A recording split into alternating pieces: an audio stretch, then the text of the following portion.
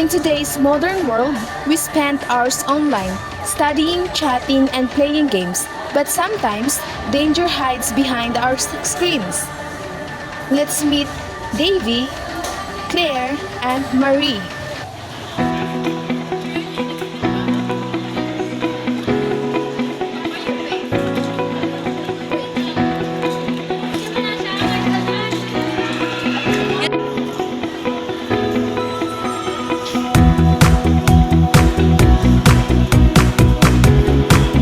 Hey Marie! Hey Claire! Look at this! I just got a message saying I want money from GMA. All I have to do is to click this link and fill out a form. Can I see it? Yes!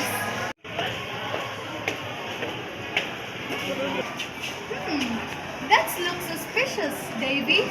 Are you sure it's from a real company? Well, it looks legit. The message even has the company logo.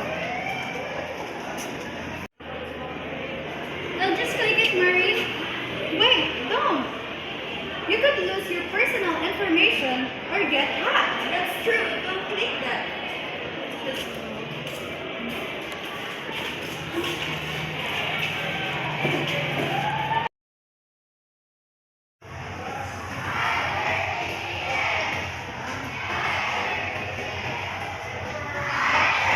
Good morning, Miss Amanda.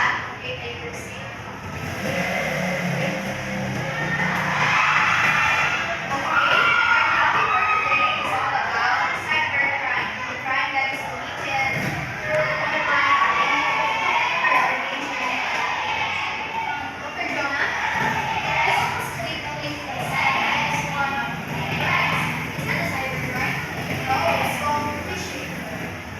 It's when criminals trick people into giving personal information like passwords or bank details.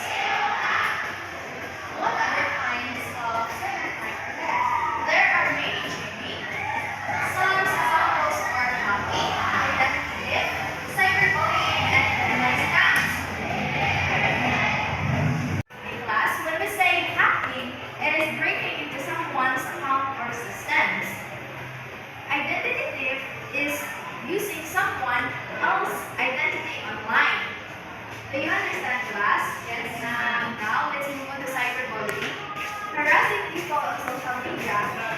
And the fourth one is the online scams.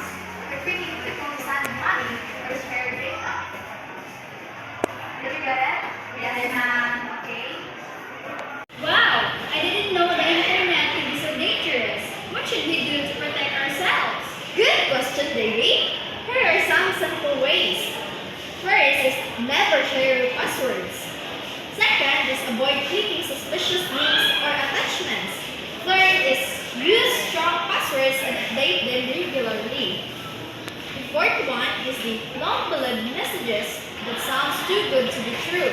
The fifth one is report any suspicious activity to the authorities. Think before you click. Exactly. The internet is a power tool, but we must use it wisely. From now on, I'll double check everything I see online. And I'll help my friend learn about cybercrime safety too. That's the spirit. Remember, be smart, be alert, and stay safe online. Okay, class, that's what we all today. Thank you and goodbye. Goodbye and thank you, Ma'am Matanda. Cybercrime can happen to anyone, students, professionals, even teachers, but awareness and caution can prevent it. Together, we can stop cybercrime. Always think before you click.